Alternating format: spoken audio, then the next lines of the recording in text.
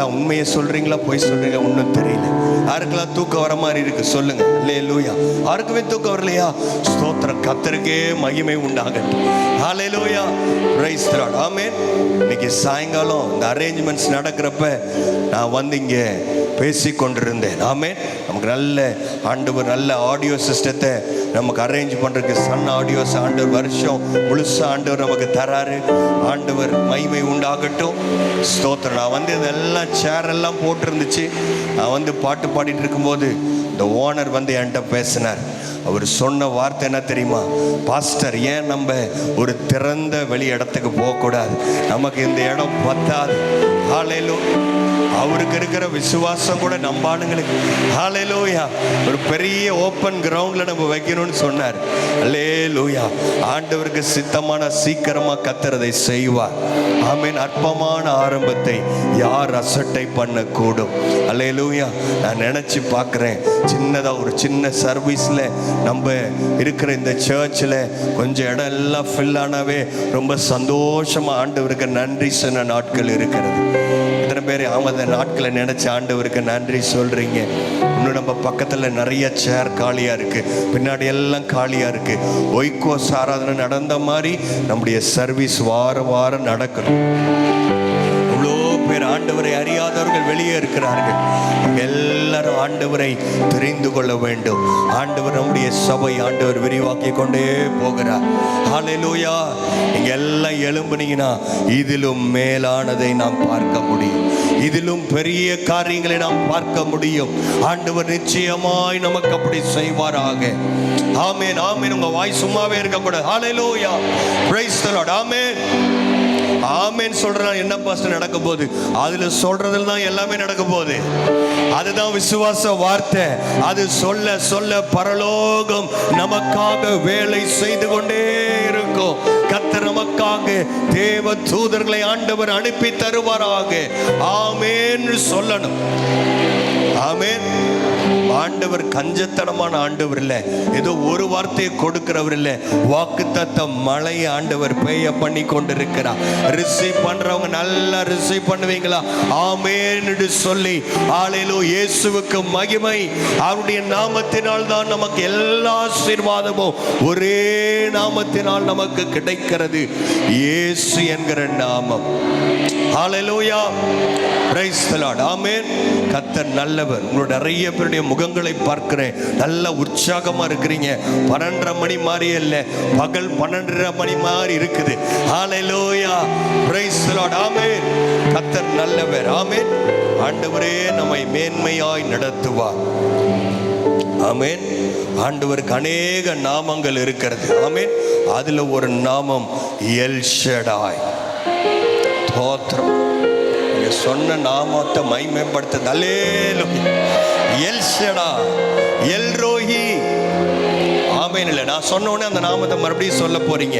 L Shaddai, El Roi, Jehovah. அதுதான் அவருடைய நாமம். ஆமென். உங்க பலன் யாரா இருக்கிறாங்க? பக்கத்தில் இருக்கவங்கள பார்த்து கேளுங்க, உங்களுக்கு என்ன பலன் இருக்கிறது கேளுங்க. உங்களுக்கு யார் பலனா இருக்கிறா? நமக்கு பலன் ஆண்டவர் தான். அல்லேலூயா. என் பலனாக கிறிஸ்து இருப்பதினால் எந்த பயமும் எனக்கு இல்லை. ஹல்லேலூயா. எத்தனை பேர் கேட்டிருக்கீங்க? சூப்பரான பாடல். ஆமென். என் பலனாக கிறிஸ்து. அதுதான் நம்முடைய பாடல்கள், பொய் அல்ல. அதெல்லாம் நம்ம விசுவாச அறிக்கை. ஆமென். என் பலனாக கிறிஸ்து இருப்பது. ஒருவேளை பலமீனத்தோட வந்திருக்கிறீங்களா? இந்த மண்டபத்துக்குள்ள நீங்க எப்படி வேணா வந்திருக்கலாம். 2026 இந்த புதிய வருஷத்துல நீங்க வெளியே போகும்போது பரலோக பலனை நீங்கள் பெற்றுக்கொண்டு போக போகிறீர்கள். ஹல்லேலூயா. Praise the Lord. பலவீனன் பலவான் என்று சொல்லுவார். தரித்திரன் சொல்லுங்க, தரித்திரன் செழித்திடுவான். தேவனின் செயல் இதுவே. ஆமென். என் பலனாக கிறிஸ்து இருப்பதினால் எந்த பயமும் எனக்கில்லை. என் வலப்பக்கத்தில் அவர் துணை நிற்பது. லிரிக்ஸ் போட்டாங்களா? லிரிக்ஸ் போட்டீங்களா? என் வலப்பக்கத்தில் சொல்லுங்களேன். அவன் வலப்பக்கத்தில் அவர் துணை நிற்பதால் நான் ஜெயம் பெற்று எழும்பிடுவேன். கர்த்தர் நம்மை ஜெயிக்க ஆண்டவர் வைப்பார். தோற்ற நாட்கள் போதும். ஆமென். தோற்ற நாட்கள் போதும். கர்த்தர் ஜெயமாக முடிய பண்ணுவார். எல்ஷடா என் தெய்வமே, எல்ரோய் என் தகப்பனே, ஏகோவா என் ராஜனேன்னு பாட போகிறோம். நீங்கள் எல்லாரும் நீங்கள் கற்றுக்கொண்டு நீங்கள் பாட போகிறீங்க. ஃபஸ்ட்டு டைம் மட்டும்தான் நீங்கள் உட்காந்து பாடணும். ரெண்டாவது தடவை எப்படி பாட போகிறீங்க? எல்லோரும் எழும்பி நின்று நான் பாட போகிறேன். ஃபஸ்ட்டு ஸ்டான்ஸாக நான் பாடுறேன். பாடி முடித்தோடனே ரெண்டாவது ஸ்டான்ஸாக வரும்போது நாங்கள் எல்லோரும் எழுந்து நின்றலான்னு சொல்கிறப்ப இங்கே எழுந்து நின்று பாடலாம். கர்த்தர் உங்களை ஆசீர்வதிப்பாராக. பாடலாமா?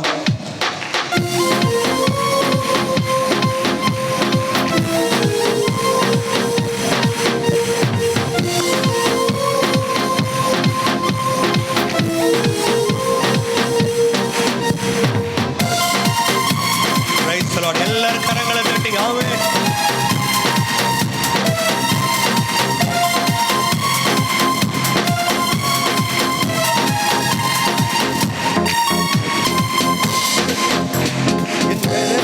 கிறிஸ்து இருப்பதி எந்த பயமும் எனக்கில்லையே. என் மனப்பக்கத்தில் அவர் துணை நிற்பதா நான் ஜெயம் பெற்று எழும்பிடுவேன். என் பலனாக கிறிஸ்து இருப்பதினா எந்த பயமும் எனக்கில்லையே. என் மனப்பக்கத்தில் அவர் துணை நிற்பதா நான் ஜெயம் பெற்று எழும்பிடுவேன்.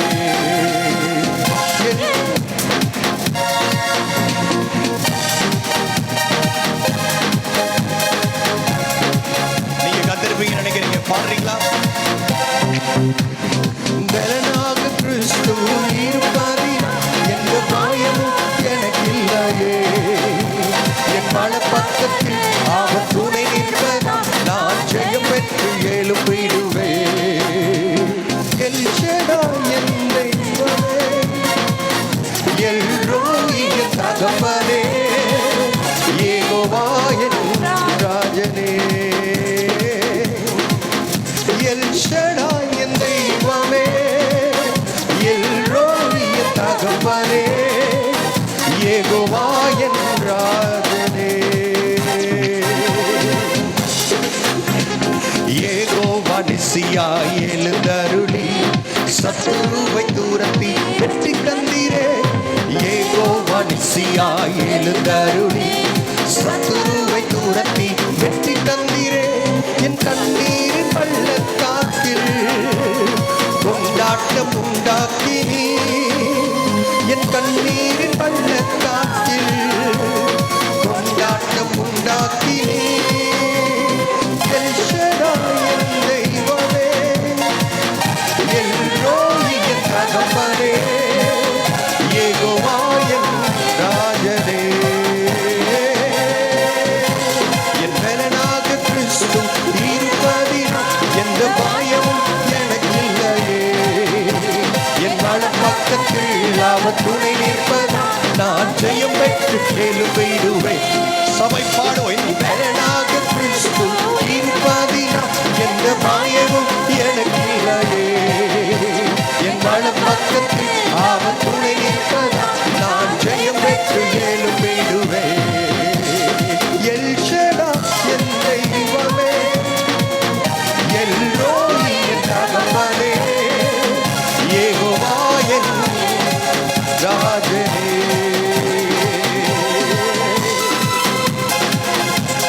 எரிகின்ற சூளையில் எரியப்பட்டும் எரியாமல் புகையாமல் ஆண்டவர் நம்மை பத்திரமாய் பாதுகாத்தார். கர்த்தரே தெய்வம் என்று கைதட்டி கொண்டாட போகிறோம். உங்கள் சூழ்நிலையை மாற்றுகிற ஒரு தேவ மகிமையின் பிரசன்னம் நம்மை மூடிக்கொள்வதாக. சாத்ராக், மேஷாக், ஆபேத்நேகோ அவர்கள் ஆண்டவருக்காக வைராக்கியமாய் நின்றார்கள். எரிகிற அக்கினி சூளை அவர்களை தடுத்து நிறுத்த முடியவில்லை. ஓ ஹல்லேலூயா. ஆண்டவரை மகிமைப்படுத்தலாமா? Thank you Jesus. எரிகின்ற சூளைக்குள் எரியப்பட்டும் எரியாமல் புகையாமல் காப்பாற்றினீ. எரிகின்ற சூளைக்குள் எரியப்பட்டும் எரியாமல் புகையாமல் காப்பாற்றினீ.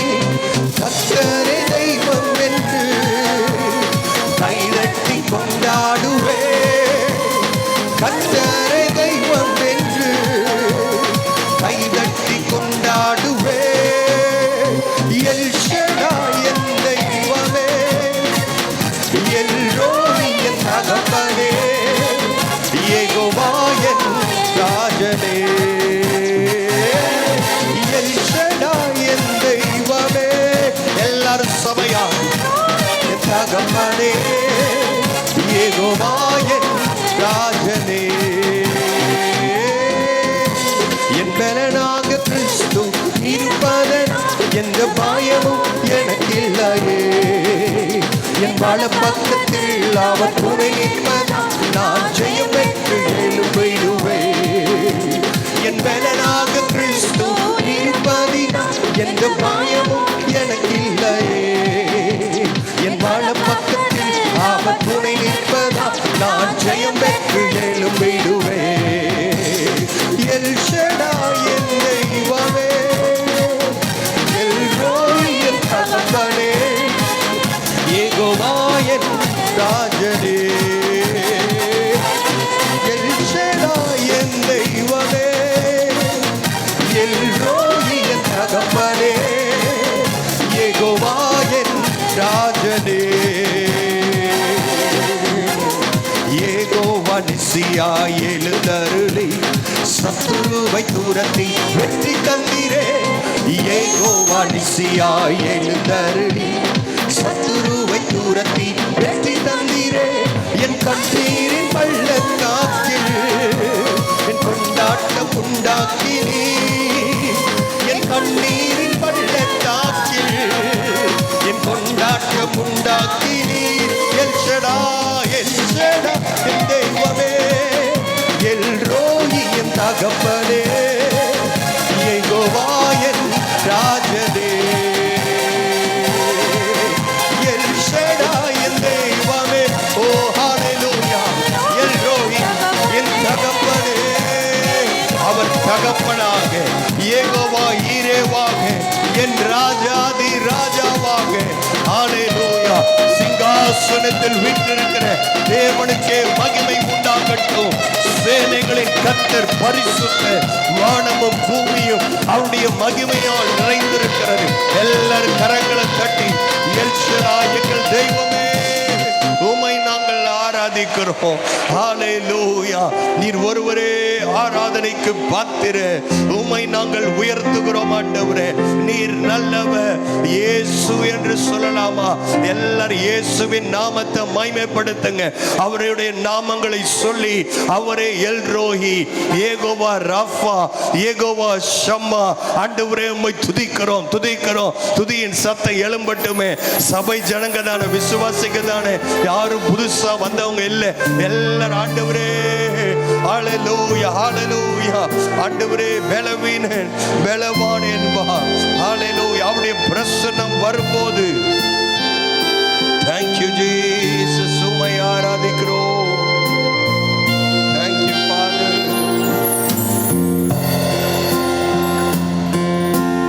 பலவீனன் பலவான் என்பேன் உந்தன் பிரசன்னம் வருகையில் குறைவுள்ளவன் நிறைவாகுவன் உந்தன் பிரசன்னம் வருகை இன்னும் ஒருவர் பலவீனன் பலவான் என்பேன் உந்தன் பிரசன்னம் வருகையில் எத்தனை பேர் சொல்றீங்க நான் குறைவுள்ளவன் ஆண்டவரே குறைவுள்ளவன் நிறைவாகுவே உந்தன் பிரசன்னம் வருகையில் உந்தனின் பிரசன்னம் போதுமே உள்ளமெல்லாம் உம்மை வாஞ்சிக்கிறேன் உந்தனின் பிரசன்னமே போதுமே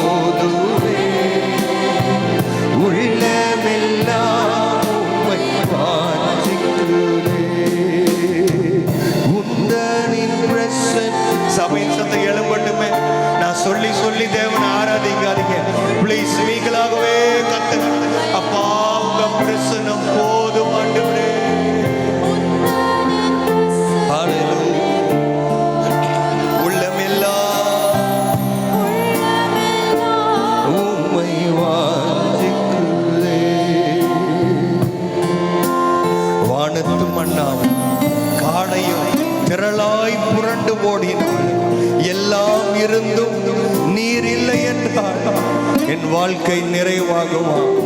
நிச்சயமா இல்லை ஆண்டவரே. நீங்க எல்லாம் கொடுக்கிற எல்லா ஆசீர்வாதத்தை விடவும் எனக்கு நீங்க தான் முக்கியம். எத்தனை பேர் அப்பாட்ட பேசுறீங்க? அன்பா பேசுறீங்களா? நீங்க பேசுறதுதான் ஆராதனை. ஏதோ ஒரு பாடல் அல்ல, நீங்க ஆண்டவர்கிட்ட பேசுங்களேன். அப்பா நீங்க எனக்கு போதும் ஆண்டவரே, நீங்க எனக்கு போதும்.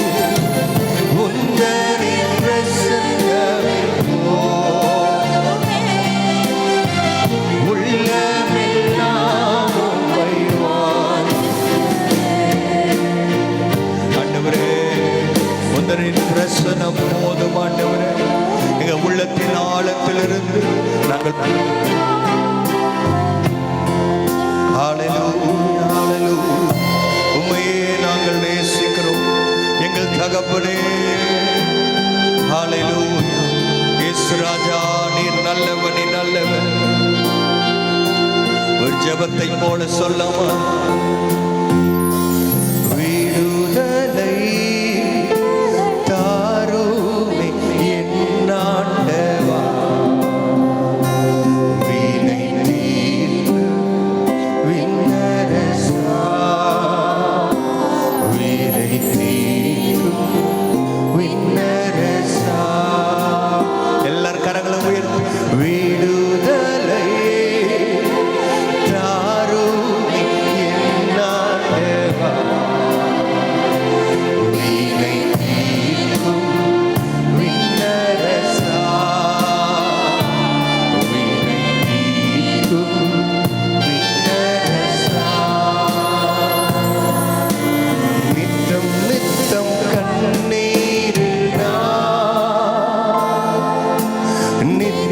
நீரையை துடைத்தேனையா,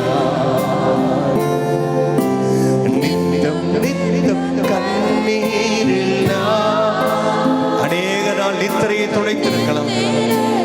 துடைத்தேனையா, நிந்தை நீக்க வாருமையா, நிந்தை மாற்ற வாருமையா, விடுதலை தாருமே என் ஆண்டவா, வீணை தீர்க்க வாருமையா, வீணை தீர்க்க வாருமையா. எல்லாரும் அவர்கிட்ட நம்மளை அர்ப்பணிக்கலாமா? ஆறுதலின் தெய்வம் நீரே, தேற்றுவீரே உம் வார்த்தையா, ஜீவ வார்த்தையே அவர்தான், அவர்தான் ஜீவ வார்த்தையே. எல்லாரும் சொல்லாமா? ஆறுதலின் தெய்வம் நீரே.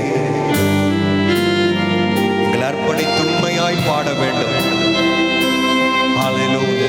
இந்த வரிகளை சொல்லி பாடி நாம் ஆராதனை முடிக்க போகிறோம். எல்லாரும் என்னோட சேர்ந்து பாடுவீங்களா? Thank you, Jesus.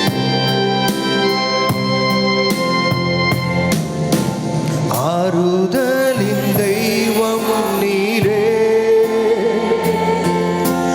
தேற்றுவீரே உம் வார்த்தையா, ஆறுதலின் தெய்வம் நீரே,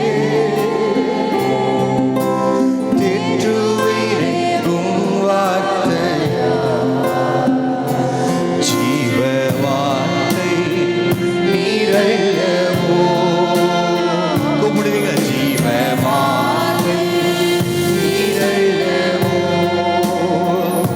நீரை மாற்ற வாருமையா, நீரை மாற்ற வாருமையா. கரங்களை தட்டி ஆண்டவருக்கு நன்றி. ஹல்லேலூயா, ஹல்லேலூயா. நிந்தை தீர்க்க வாருமையா, ஜீவ வார்த்தை நீரல்லவோ. அவரை பார்த்து எல்லாரும் சொல்வீங்களா? ஜீவ வார்த்தை நீரல்லவோ, ஜீவ வார்த்தை நீரல்லவோ, ஜீவ ஆண்டவரே உமக்கு நன்றி. உன்னதின் பிரசன்னமே போதுமே, உள்ளமெல்லாம் என் வாஞ்சை என் ஆசையெல்லாம் நீர் மட்டும்தான் ஆண்டவரே. உங்க பிரசனம் எனக்கு போதும். 2026 எனக்கு முன்னாடி உங்க பிரசனம் அக்னி ஸ்தம்பமாய் மேக ஸ்தம்பமாய் இஸ்ரவேல் ஜனங்களுக்கு குளிரும் போது அக்னி ஸ்தம்பமாய் மாறினார். அவர்கள் வெயிலிலே அவர்கள் கஷ்டப்படக்கூடாது என்பதற்காக ஆண்டவர் மேக ஸ்தம்பமாய் அவர்களை மூடிக்கொண்டாரே. அதே மேக ஸ்தம்பமா, அதே அக்னி ஸ்தம்பமா. எத்தனை பேர் ஆண்டவரே உங்க பிரசனம் முன்னாடி போகட்டையா, எனக்கு முன்னாடி போய் கோணலானவைகளை செமையாய் மாற்றுகிறவர். ஹல்லேலூயா. கர்த்தர் நமக்கு முன்பதாக போய் அவர் திறந்த வாசலை நமக்கு வைப்பாராக. அடைக்கப்பட்டிருக்கிற வாசல்கள் இந்த 2026 பிதா குமாரன் பரிசுத்த ஆவியின் நாமத்தினாலே எப்பத்தா திறக்கப்படுவதா.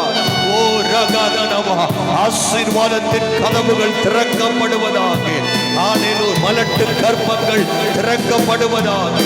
தொழில் வியாபாரங்களிலே இருக்கிற தடைகள் இயேசுவின் நாமத்தினாலே. யாரெல்லாம் உங்க பிரசனத்தை கேட்கிறாங்களோ, எங்க குடும்பத்தில் உங்க பிரசனம் வேணும் ஆண்டவரே, எங்க சபையில் உங்க பிரசனம் தேவை. ஹல்லேலூயா. எங்களுக்கு இருக்கிற எல்லா மேன்மையை விட உங்க பிரசனம் ஒன்றே எங்களுக்கு போதும். Thank you, Jesus. Hallelujah. எல்லாரும் கரங்களை தட்டி ஆண்டவருக்கு நன்றி. முழு பலத்தோடு முழு இருதயத்தோடு தேவனாகிய கர்த்தரிடத்தில் நாம் அன்பு கூறுகிறோம். அவருடைய அவருடைய பிரசனமே நமக்கு போதும். எல்லாரும் சேர்ந்து ஒரு ஹல்லேலூயா என்று சொல்லி, ஹல்லேலூயா கரங்களை தட்டி ஆண்டவருக்கு நன்றி சொல்லலாம். Please be seated. தயவு செய்து உட்கார்ந்து கொள்ளுங்கள். கர்த்தர் நல்லவர், அவர் போதுமானவர். ஹல்லேலூயா, ஆமென். ஒரு தைரியத்தோடு இந்த இடத்தை விட்டு நம்ம கடந்து போக போறோம். ஏன்னு சொன்னா அவருடைய பிரசன்னம் நமக்கு முன்பதாக போய் கொண்டிருக்கும். ஹல்லேலூயா, ஆமென். ஆண்டவருடைய வார்த்தைக்கு நாம் எதிர்பார்த்திருப்போம். ஆண்டவருடைய பிரசன்னம் நமக்கு முன்பதாக போவதாக. God bless you. இயேசுவின் நாமத்தினாலே உங்களை ஆசீர்வதிக்கிறேன். ஆமென்.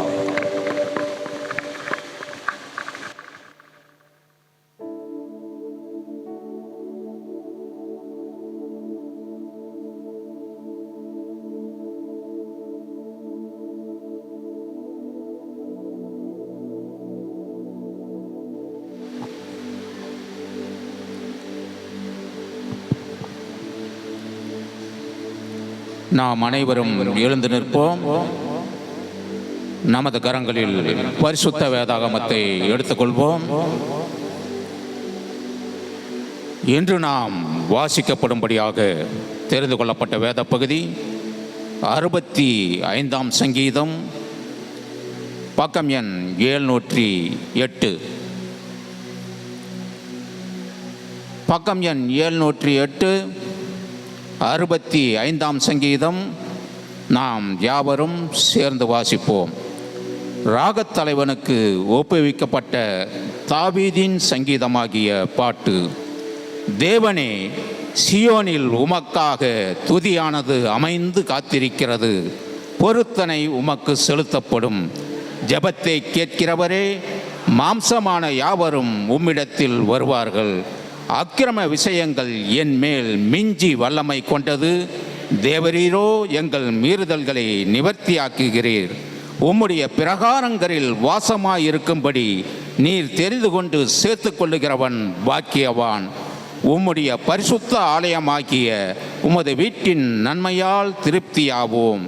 பூமியின் கடையாந்தரங்களிலும் தூரமான சமுத்திரங்களிலும் உள்ளவர்கள் எல்லாரும் நம்பும் நம்பிக்கையாயிருக்கிற எங்கள் இரட்சிப்பின் தேவனே, நீர் பயங்கரமான காரியங்களை செய்கிறதினால் எங்களுக்கு நீதியுள்ள உத்தரவு அருளுகிறீர்.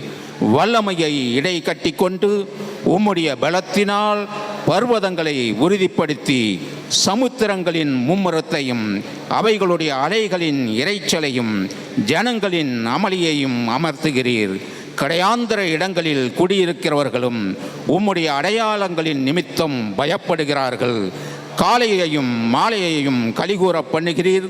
தேவரீர் பூமியை விசாரித்து அதற்கு நீர் பாய்ச்சுகிறீர். தண்ணீர் நிறைந்த தேவதனிதியினால் அதை மிகவும் செழிப்பாக்குகிறீர். இப்படி நீர் அதை திருத்தி அவர்களுக்கு தானியத்தை விளைவிக்கிறீர். அதன் வரப்புகள் தனியத்தக்கதாய் அதன் படைச்சால்களுக்கு தண்ணீர் இறைத்து அதை மலைகளால் கரைய பண்ணி அதன் பயிரை ஆசீர்வதிக்கிறீர். வருஷத்தை உம்முடைய நன்மையால் முடிசூட்டுகிறீர். உமது பாதைகள் நெய்யாய் பொழிகிறது. வனாந்தர தாவரங்களிலும் பொழிகிறது. மேடுகள் சுற்றிலும் பூரிப்பாய் இருக்கிறது. மேய்ச்சல் உள்ள வெளிகளில் ஆடுகள் நிறைந்திருக்கிறது. பள்ளத்தாக்குகள் தானியத்தால் மூடியிருக்கிறது. அவைகள் கம்பீரித்து பாடுகிறது. கர்த்தர் கொடுத்த நல்ல வேத வாக்கியத்திற்காக, நல்ல வேத பகுதிக்காக கரங்களை உயர்த்தி கர்த்தரை மகிமைப்படுத்துவோம். அல்லேலூயா, ஸ்தோத்திரம்.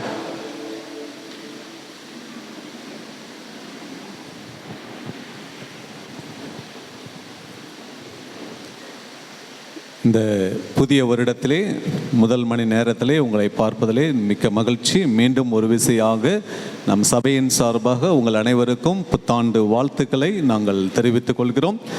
சபைக்குரிய அறிவிப்புகள். இன்று மாலை 6:30 மணிக்கு நம்முடைய சபையிலே இந்த புதிய வருட ஆராதனையானது ஒழுங்கு செய்யப்பட்டுள்ளன. ஆகையால் உங்களுக்கு தெரிந்தவர்கள் வராமல் இருந்திருந்தால் நீங்கள் அவர்களிடம் சொல்லி நம்முடைய சபைக்கு இன்று மாலை 6:30 மணியிலிருந்து 8:30 மணி வரை இந்த புதிய வருட ஆராதனை ஒழுங்கு செய்யப்பட்டுள்ளன. அவர்களை அனுப்பி வைக்கும்படி அன்பாக நாங்கள் கேட்கிறோம். திருவிருந்து ஆராதனையானது நடைபெறும். ஆகையால் ஆயத்தமாகி நீங்கள் கடந்து வரும்படி அன்பாக கேட்கிறோம். இந்த 2026 வருடத்தின் முதல் உபவாச ஜெபம் 7 நாட்கள் நம்ம சபையிலே ஒழுங்கு செய்யப்பட்டுள்ளன. 19 ஜனவரி 19ஆம் தேதி முதல் 26ஆம் தேதி வரை 7 நாட்கள் உபவாச ஜெபமானது நம்ம சபையிலே ஒழுங்கு செய்யப்பட்டுள்ளன. சபையார் யாவரும் தவறாமல் இந்த உபவாச ஜெபத்திலே நீங்கள் பங்கு பெறும்படியாக அன்பாக நாங்கள் கேட்டுக்கொள்கிறோம். வழக்கம் போல 2 நேரத்திலே இந்த உபவாச ஜெபமானது நடைபெறும். காலை 5:30 மணிக்கும் மாலை 7:30 மணிக்கும் வழக்கம் போல இந்த 7 நாட்களும் உபவாச ஜெபமானது தொடர்ந்து நடைபெறும் என்பதை சபையாருக்கு நாங்கள் அறிவுறுத்துகிறோம். கர்த்தருக்கு கொடுக்கிற நேரம் நாம் கரங்களிலே காணிக்கை மற்றும் தசம பாகத்தை நாம் எடுத்து வைத்துக் கொள்வோம். இருக்கிற இடத்திலே எழுந்து நின்று கர்த்தருக்கென்று காணிக்கை மற்றும் தசம பாகங்களை எடுத்து வைத்துக் கொண்டு கண்களை மூடி தேவ சமூகத்தில் இந்த காணிக்கைக்காக நாம் ஜெபிக்கலாம். சிறு பிள்ளைங்க அங்கங்கே ஓடக்கூடாது. சண்டே ஸ்கூல் டீச்சர்ஸ் அவங்கள நீங்கள் கொஞ்சம் பாருங்கள். நாம் கண்களை மூடி தேவ சமூகத்தில் இந்த காணிக்கைக்காக ஜெபிக்கலாம். எங்களை நேசிக்கிறத அன்பின் பரலோக பிதாவே, அப்பா, கடந்த 2025ஆம் வருடம் முழுவதும் கண்மணி போல எங்களை பாதுகாத்து எங்கள் கண்களுக்கு தெரியாத எத்தனை கிருமிகள், நோயின் கூறுகள், வியாதிகள், ஆபத்துகள், நாச மோசங்கள் எல்லாவற்றிலிருந்தும் தேவனாக கர்த்தர் உமது கரம் எங்களோடு இருந்து இந்த புதிய 2026ஆம் வருடத்திற்குள்ளே நாங்கள் அடியெடுத்து வைக்க எங்களுக்கு கிருபை செய்திருக்கிறீர். உமக்கு கொடான கொடி நன்றி. தேவன் தாமே இதோ உமது பண்டக சாலைக்கு நாங்கள் கொண்டு வந்திருக்கிற எங்களுடைய காணிக்கை மற்றும் தசமபாகங்களை தேவனாக கர்த்தர் நீர் அங்கீகரித்து ஏற்றுக்கொள்வீராக. உம்முடைய ஆசீர்வாதமான கரம் அதை தொட்டு பெருக செய்யும்படி ஆண்டவரை நாங்கள் மன்றாடுகிறோம். பரிசுத்த ஆவியானவர் இந்த காணிக்கை உமது ஊழியத்திற்கு ஆண்டவரே அதிகமாய் பயன்பட பரிசுத்த ஆவியானவர் நீர் உதவி செய்யும்படி நாங்கள் ஜெபிக்கிறோம். இந்த 2026ஆம் வருடத்தில் ஆண்டவரே எங்களுடைய வருமானம், தொழில், வியாபாரம் எல்லாவற்றிலும் ஒரு பெருக்கத்தை நாங்கள் காண தேவனாக கர்த்தர் கட்டளை கொடுப்பீராக. ஆண்டவரே உம்முடைய கிருபை ஒவ்வொரு நாளும் எங்களை வழிநடத்தட்டும். ஆண்டவரே தேவ சமாதானம் இந்த வருடம் முழுவதும் எங்கள் உள்ளங்களிலும் எங்கள் குடும்பங்களிலும் கடந்து வருவதாக. வீணான மருத்துவ செலவுகளுக்கு தேவன் தாமே எங்கள் சபையாராய் நீர் விலக்கி பாதுகாத்துக் கொள்ளும்படி நாங்கள் ஜெபிக்கிறோம். மீதம் எடுக்க எங்கள் கரங்களை பலப்படுத்தும். ஆசீர்வதியும் கரத்தலை ஒப்புக் கொடுக்கிறேன் இயேசுவின் மூலம் பிதாவே, ஆமென்.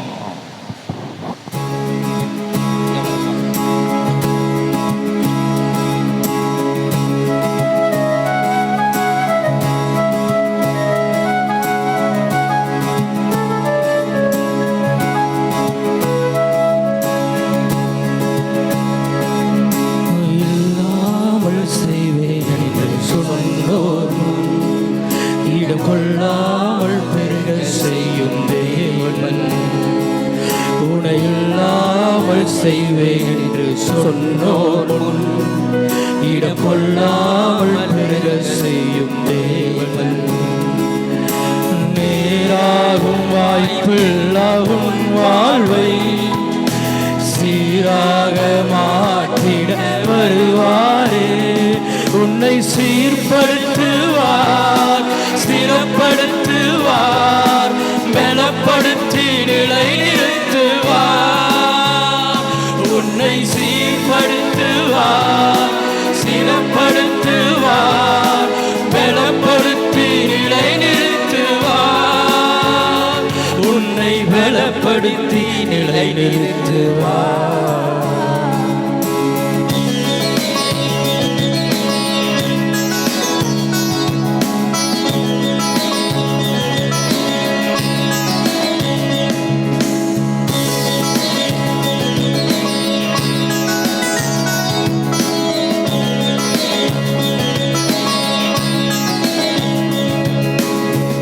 கொஞ்ச காலம் கண்ட பாடுகள் எல்லாமே பனி போல உந்தன் முன்னே உருகி போகும்.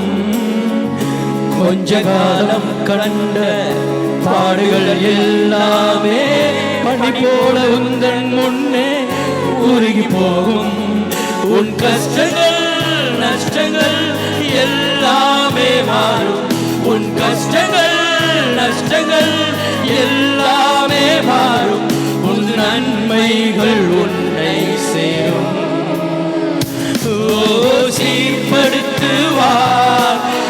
ஸ்திரப்படுத்துவார், பலப்படுத்தி நிலைநிறுத்துவார். உன்னை சீர்படுத்துவார், ஸ்திரப்படுத்துவார், பலப்படுத்தி நிலைநிறுத்துவார். உன்னை பலப்படுத்தி நிலைநிறுத்துவார்.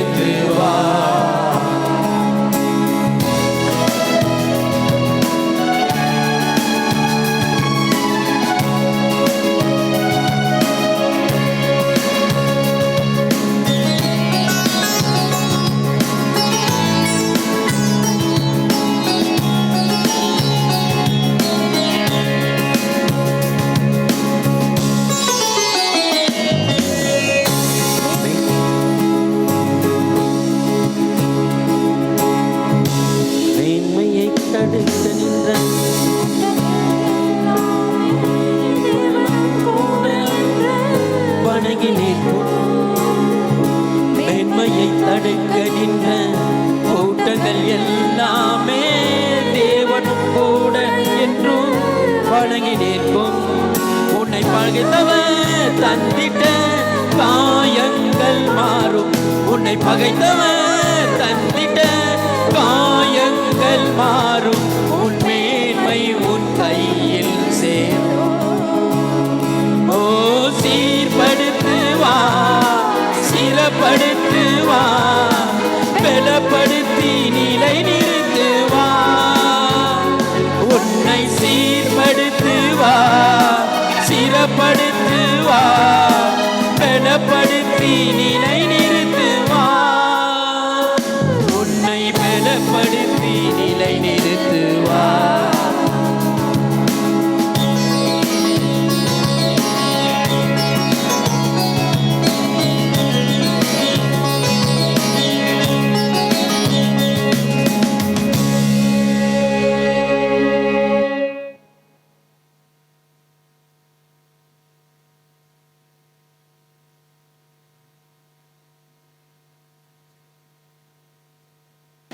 Praise the Lord. Hallelujah. ஆண்டவர் நம்மை சீர்படுத்துவார், ஸ்திரப்படுத்துவார், பலப்படுத்துவார், நிலைநிறுத்துவார். ஆமென். Praise the Lord. கர்த்தர் நல்லவர். நல்ல அருமையான முதல் நாளுக்காய் நம் ஆண்டவருக்கு நன்றி செலுத்துவோம். ஆண்டவருடைய நாமம் மகிமைப்படட்டும். நம் மத்தியிலே ஆண்டவருடைய வார்த்தையை நம் மத்தியிலே கொண்டு வரும்படி எவாஞ்சலிஸ்ட் தாமஸ் பிரகாஷ் அவர்கள் சென்னை பட்டணத்திலிருந்து அவர் நம் மத்தியிலே ஆண்டவர் அவரை கொண்டு வந்திருக்கிறார். நல்ல கரங்களை தட்டி உற்சாகமா ஹல்லேலூயா. கர்த்தர் அவரை ரட்சித்த விதத்தை குறித்தும் ஆண்டவருக்காய் அவர் பயன்படுகிற விதத்திற்காக நான் ஆண்டவருக்கு நன்றி செலுத்துகிறேன். இந்த நாளிலும் கூட விசேஷித்த வார்த்தையை நீங்கள் ஆண்டவருடைய வார்த்தையை கேட்கும்படி கவனமாய் அதை கேட்கும்படி உங்களை உற்சாகப்படுத்துகிறேன். ஒருவேளை 5 வயதுக்கு சின்ன பிள்ளைகள் அவர்கள் ஒருவேளை நீங்கள் உங்கள் பக்கத்தில் தூங்கினா பரவாயில்ல. 5 வயதுக்கு மேலே யாரும் அமைதல் உண்டாயிருக்கிறது. சொல்லுங்க, 5 வயதுக்கு மேலே யாரும் தூங்க மாட்டோம். தோத்திரம் அல்லேலூயா. எல்லாரும் விழிச்சுதான் இருக்கிறீங்க. ஆனால் வாயை திறந்து ஒரு வார்த்தை பேசுங்களேன். ஹல்லேலூயா. நாங்கள் இனி தூங்க போகிறதே கிடையாது. இப்போ மட்டும் வெளியே போய் அப்புறமா வீட்டில் போய் நல்லா தூங்க போகிறோம். ஆனால் இப்போ நல்ல விழிப்போடு இருந்து கர்த்தருடைய வார்த்தையை நீங்கள் கேட்க போகிறீர்கள். நல்ல கரங்களை தட்டி ஆண்டவருக்கு, வல்லமையுள்ள தேவனுக்கு, அவர் ஒருவருக்கே மகிமை உண்டாகட்டும். மத்தியில் பாஸ்டர் அவர்கள் ஆண்டவருடைய வார்த்தையை கொண்டு வருவார்கள்.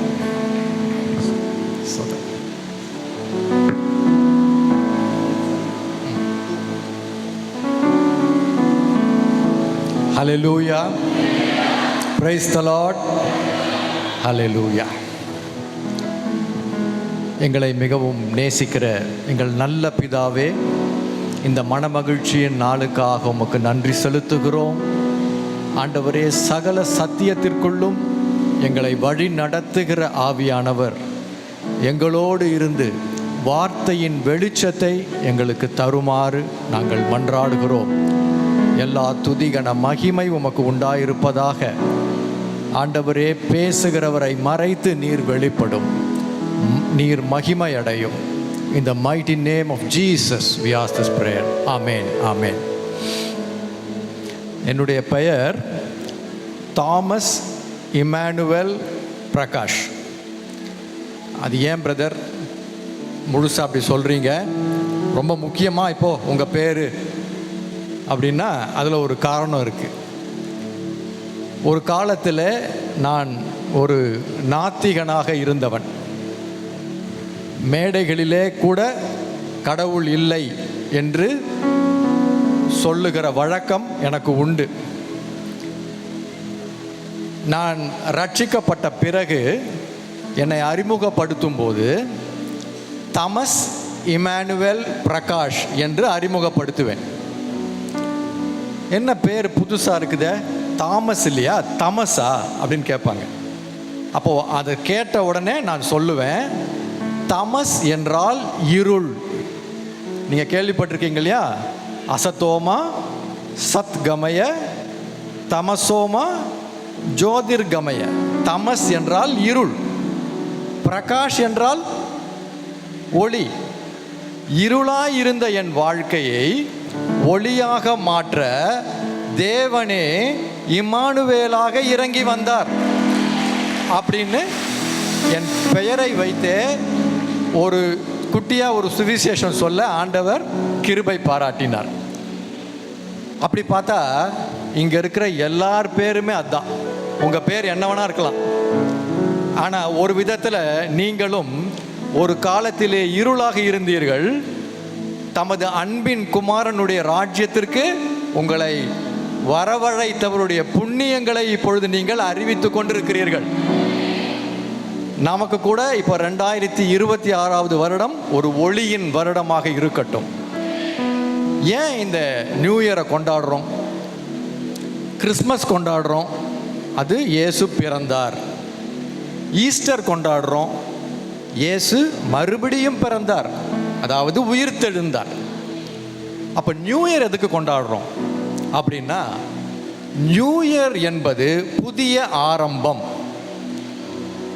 ஏன் அப்படி கொண்டாடுறோன்னா, நீங்கள் 2025 ஒரு முடிவெடுத்திருப்பீங்க, இந்த வருஷம் நிறைய பைபிள் வாசிக்கணும், இந்த வருஷம் நல்லா ஜெபிக்கணும், இந்த வருஷம் உபவாசம் இருக்கணும், எனக்கு இந்த பாவ கட்டு இருக்குது, இந்த வருஷத்தில் அது உடையணும், இப்படியெல்லாம் நீங்கள் முடிவெடுத்திருப்பீங்க.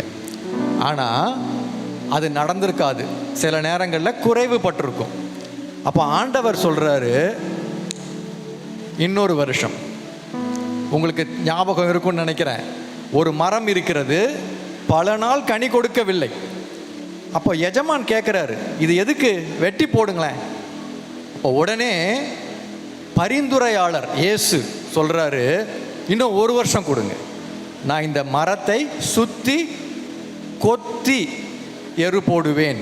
கொத்துறார், நம்ம இருதயத்தை கொத்துறார், கொத்தி எரு போட்டு நம்மை கனி கொடுக்க வைக்கிறார். அப்போ இந்த வருஷத்தில் நான் விட்டதை பிடிக்க போகிறேன். எதை விட்டனோ, செய்யாமல் விட்டனோ அதை பிடிக்க போகிறேன். இந்த சீட்டு ஆடுறவங்க கூட அப்படி தான் சொல்லுவாங்க. சீட்டு ஆடிக்கிட்டே இருப்பான், ஒவ்வொரு பொருளாக கொண்டு வந்து வைப்பான். என்ன இப்படி பண்ணுற அப்படி கேட்டால், விட்டதை பிடிச்சிடுறேன் பாரு. அது கெட்ட உதாரணம். நம்ம அப்படி இல்லை, நான் விட்டதை எது செய்யாமல் விட்டனோ அது இந்த வருஷம் ஆண்டவருடைய கிருபையினாலே, பரிசுத்த ஆவியானவரின் வல்லமையாலே நான் செய்ய போகிறேன். ஆமேன். அதற்கு ஆண்டவர் நமக்கு கொடுக்கிற ஒரு முக்கியமான வார்த்தை, வெளிப்படுத்தின விசேஷம் 16:15 வாசிக்கிறீங்களா? இதோ திருடனை போல் வருகிறேன், தன் மானம் காணப்படத்தக்கதாக நிர்வாணமாய் நடவாதபடிக்கு விழித்து கொண்டு தன் வஸ்திரங்களை காத்து கொள்ளுகிறவன் பாக்கியவான். பாக்கியவான், பாக்கியவான் என்றால் ரட்சிக்கப்பட்டவன், ஆசீர்வதிக்கப்பட்டவன் என்றால் ரட்சிக்கப்பட்டவன். ஒரே விஷயத்தை வேற வேற வார்த்தைகளிலே பைபிள் சொல்லுது. எவன் பாக்கியவான்? நான் அவனுக்கு வஸ்திரங்களை கொடுத்தேன், ரட்சிப்பின் வஸ்திரங்களை கொடுத்தேன், அதை இழக்காமல், என்னை சந்திக்கும் போது அதை இழக்காமல். இப்போ ஒரு 2 மாச கை குழந்தை ட்ரெஸ்ஸு எதுவும் போடலன்னா அது தப்பாக தெரியாது. 2 மாச கை குழந்தை. அதே குழந்தைக்கு 2 வருஷம் ஆச்சுன்னா ட்ரெஸ்ஸு போடலன்னா என்ன சொல்லுவோம்? ஷேம் ஷேம், பப்பி ஷேம் சொல்லுவோமா இல்லையா? எதுக்கு சொல்கிறோம்? குழந்தைய கிண்டல் பண்ணுறதுக்கா? இல்லை, போய் ட்ரெஸ்ஸை போடு, இப்படி வந்து நிற்காத. உடை இல்லாமல் ஒரு தகப்பனை போய் பார்க்க முடியுமா? முடியாது. ஆனால் ஆதாமும் ஏவாளும் பாவம் செய்து தங்கள் உடையை இழந்து நிர்வாணிகளாய் நின்றார்கள். அவர்களுக்கு ரட்சிப்பின் வஸ்திரத்தை கொடுத்தார். அவர் சொல்றாரு, அது உனக்கு தெரியாமலே நழுகி போயிடும், உனக்கே தெரியாது, இருக்குன்னு நினச்சிக்கிட்டு இருப்ப. அப்படித்தான் மத்தேயு 22ல் நம்ம வாசிக்கிறோம். ஒரு விருந்தாளிகளை பார்க்கும்படி ராஜா உள்ளே பிரவேசித்த போது கல்யாண வஸ்திரம் தரித்திராத ஒரு மனுஷனை அங்கே கண்டு, சிநேகிதனே, நீ கல்யாண வஸ்திரம் இல்லாதவனாய் இங்கே எப்படி வந்தாய் என்று கேட்டான். அதற்கு அவன் பேசாமல் இருந்தான். அவனுக்கு பேசுறதுக்கு ஒண்ணுமே இல்லை. அதுக்கு அடுத்த வசனம் பார்த்தீங்கன்னா, இவனை கொண்டு போய் இருளான இடத்துல போடுங்கன்னு சொல்லுவார். அப்போ இவன் எந்த தைரியத்தில் போய் நிற்கிறான்? வஸ்திரம் இருக்குன்னு நினச்சிக்கிட்டு இருக்கிறான், ஆனால் இல்லை. அதனால் இந்த வருஷ ஆரம்பத்திலேயே நமக்கு ஒரு எச்சரிப்பின் வார்த்தையை கொடுக்கிறார். என்ன பிரதர், புது வருஷம்னா இந்த வருஷம் பணம் கிடைக்கும், சுகம் கிடைக்கும், நல்ல வேலை கிடைக்கும், இப்படிலாம் சொல்வீங்கன்னு எதிர்பார்த்து வந்தோம். நீங்கள் ஆரம்பத்திலேயே எச்சரிப்பின் வார்த்தையை கொடுக்குறீங்களே அப்படின்றீங்களா? அதெல்லாம் இருக்குது, பின்னாடி வருது. ஆனால் முதல்ல ஆண்டவர் எப்போவுமே எச்சரிப்பின் வார்த்தையை தான் கொடுப்பார். ஒருத்தர் கீழே விழ போகிறாங்கன்னா அந்த நேரத்தில் உங்கள் ட்ரெஸ்ஸு நல்லா இருக்குதுன்னு சொல்ல மாட்டோம், பார்த்து பார்த்து பார்த்து அப்படின்னு சொல்லிட்டு அதுக்கப்புறம் தான் உங்கள் ட்ரெஸ்ஸு நல்லா இருக்குதுன்னு சொல்லுவோம் இல்லையா? இல்லைன்னா அவர் என்ன பண்ணுவார்? ஏன்பா ட்ரெஸ்ஸு நல்லா இருக்குன்னு சொல்கிறதுக்கு பதிலாக பள்ளம் இருக்குன்னு அதை முதல்ல சொல்லக்கூடாதா? எச்சரிப்பின் வார்த்தை தான் முதலில் ஆண்டவர் கொடுப்பார். அப்போ என்ன வஸ்திரங்களை கொடுத்தார்? 3 வஸ்திரங்களை பற்றி பார்க்க போகிறோம். நீங்கள் எல்லாமே படிக்க தேவையில்லை, நான் சொல்கிற வசனங்களை மட்டும் படித்தால் போதும். ஆண்டவர் முதலில் நமக்கு கொடுத்த வஸ்திரம், அது ஒரு பாவம் செய்வதற்கு முன்பாக நம்மை படைத்த போது நமக்கு ஒரு மகிமையின் வஸ்திரத்தை கொடுத்தார். அது எப்படி பார்க்குறோம்? ஆதியாகமம் 2வது அதிகாரத்தின் கடைசி வசனத்திலே என்ன போட்டிருக்குன்னா, அவங்க ஆதாமும் அவன் மனைவியுமாகி இருவரும் நிர்வாணிகளாயிருந்தும் வெட்கப்படாதிருந்தார்கள். இது நிறைய பேருக்கு குழப்பமான வசனமாக இருக்குது. நிர்வாணியா இருக்கிறாங்கன்றீங்க, ஆனால் வெட்கப்படலைன்றீங்க. என்ன அர்த்தம் அப்படின்னா, அவர்களுக்கு வேறு ஒரு உடை இருந்தது. நம்மள மாதிரி ஷர்ட்டு பேண்ட்டு புடவை சுடிதார்லாம் இல்லை, அந்த வகையில் அவங்களுக்கு ட்ரெஸ் இல்லை. ஆனால் வேற ஒரு ட்ரெஸ் அவங்களுக்கு இருந்தது. அது என்ன ட்ரெஸ்ஸு? அது ரோமர் 3:23 சொல்லப்பட்டிருக்குது. படிக்கலாமா? ரோமர் 3:23. எல்லோரும் பாவம் செய்து தேவ மகிமையற்றவர்களாகி தேவ மகிமை என்கிற ஆடை நம்மை சுற்றி இருந்தது. ஹல்லேலூயா. அதாவது ஒரு படத்தை பார்க்குறீங்க, அருமையாக இருக்குதே அப்படின்னு கேட்டால், இது ராஜா ரவிவர்மா உடைய பெயிண்டிங், அதான் நான் பார்த்தேன், அதான் இவ்வளோ அற்புதமாக இருக்குது. படைப்பாளியின் மகிமை எங்கே தெரியும்? படைப்பிலே தெரியும். ஒரு நல்ல பாட்டு அருமையாக இருக்குதே, யாருங்க பாடினது? பெர்க்மன்ஸ் ஐயா, அதான் நல்லா இருக்குது. அப்போ அந்த படைப்பாளியின் மகிமை படைப்பிலே தெரியும். யார் படைப்பு? நீங்களும் நானும் தான் படைப்பு. நம் மீது ஆண்டவருடைய மகிமையின் ஆடை இருந்தது. தேவன் எப்படி நம்மை படைத்தார்? தம்முடைய சாயலில் படைத்தார். அப்ப தேவ சாயல் என்கிற ஆடை, தேவ மகிமை என்கிற ஆடை இருந்தது. அதனால தான் அவர்கள் நிர்வாணி என்பதே உணராமல் இருந்தார்கள். ஆனால் பாருங்க, பாவம் உள்ள வந்துருச்சு. பாவம் வந்த உடனே அவன் என்ன சொல்கிறான் தெரியுமா? நான் ட்ரெஸ் இல்லாமல் இருக்கிறேன், நிர்வாணியாக இருக்கிறேன், அதனால் பயந்தேன், அதனால் ஒளிஞ்சுக்கிட்டேன். எது? முதல்ல அவன் பார்க்குறான், தன்னை சுற்றி இருந்த மகிமை போயிடுச்சு, அவன் நிர்வாணி. நான் எப்படி ஆண்டவர் முன்னாடி போய் நிற்கிறது? பயந்தான், ஒளிந்து கொண்டான். அப்போ முதல்ல அவனை என்ன பண்ணணும்? தனக்கு முன்னாடி நிற்க வைக்கணும் இல்லையா? ஃபஸ்ட்டு அவனை நிற்க வைக்கணும். அதுக்காக என்ன பண்ணுறாரு? ஒரு அப்பாவி ஆட்டுக்குட்டியை எடுத்து அதை பலி செலுத்தி அதனுடைய தோல், அதுதான் அதனுடைய மகிமை, அதனுடைய தோல் தான் அதனுடைய மகிமை, அதை எடுத்து இவன் மேலே போத்துற. இப்போ நம்முடைய இப்போ பெண்களுக்கு நீண்ட கூந்தல், அது அவர்களுக்கு மகிமையா இருக்கிறதே அப்படின்னு சொல்லப்பட்டிருக்குது. ஒரு ஆணுக்கு என்ன மகிமை? திடகாத்திரமா இருப்பாங்க இல்லையா? ஆணுக்கு பெண்ணுக்கு ஒவ்வொரு படைப்புக்கும் ஒவ்வொரு மகிமை இருக்குது. அப்போ இந்த ஆட்டுக்குட்டிக்கு எது மகிமை? அதனுடைய அருமையான தோல். அதை எடுக்கணும்னா அதை பலி கொடுத்து தான் ஆக வேண்டும். அதன் தோலை எடுத்து இவன் மேலே போட்டு இவன் நிர்வாணத்தை ஆண்டவர் மூடுகிறார். இப்போ அவன் என்ன பண்ணுறான்? ஆண்டவர் முன்னாடி நிற்க தகுதி பெற்றுட்டான். போதுமா? உன் பாவம் மன்னிக்கப்பட்டது, போதுமா? இல்லை. ரட்சிப்பு என்றால் என்ன? ரட்சிப்பு என்றால் நான் இழந்த சாயலை, நான் இழந்த அந்த மகிமையை, கிறிஸ்துவின் சாயலை திரும்ப பெறும்போது தான் அது ரட்சிப்பு. இப்போ ஒரு சென்டரில் உங்கள் ஆதார் கார்டை ஜெராக்ஸும் ஒரிஜினலும் கொண்டு வாங்கன்றாங்க. நீங்கள் கொண்டு போகிறீங்க, உங்கள் ஒரிஜினலை பார்க்குறாங்க, ஜெராக்ஸை பார்க்குறாங்க. பார்த்துட்டு ஓகே உள்ளே போகலாம். ரெண்டும் பொருந்தணும்ல. ஒரிஜினல் மாதிரியே இருக்கணும். ஜெராக்ஸு ஃபுல்லாக கருப்பாக இருந்தால் என்ன ஆகும்? இது சரியில்லை அப்படின்னு ரிஜெக்ட் பண்ணிடுவாங்க. அப்போ நம்மளை பார்த்தா நம்ம எப்படி இருக்கணும்? கிறிஸ்துவின் சாயல். கிறிஸ்து தான் ஆதார் கார்டு, நாம தான் அந்த ஜெராக்ஸ். அவரை பார்த்தா, அதை பார்த்து இங்கே பார்த்தா மனுஷன் அவரை மாதிரியே இருக்கணும். அதனால் கிறிஸ்துவின் சாயலாக மாற்றப்பட வேண்டும் என்றால் வெறும் தோல் உடை கொடுத்தால் பத்தாது. அடுத்து அவனுக்கு துதியின் உடையை கொடுக்கிறார். ஒருத்தன் பாவம் மன்னிக்கப்பட்டது என்றால் அப்புறம் என்ன செய்வான்?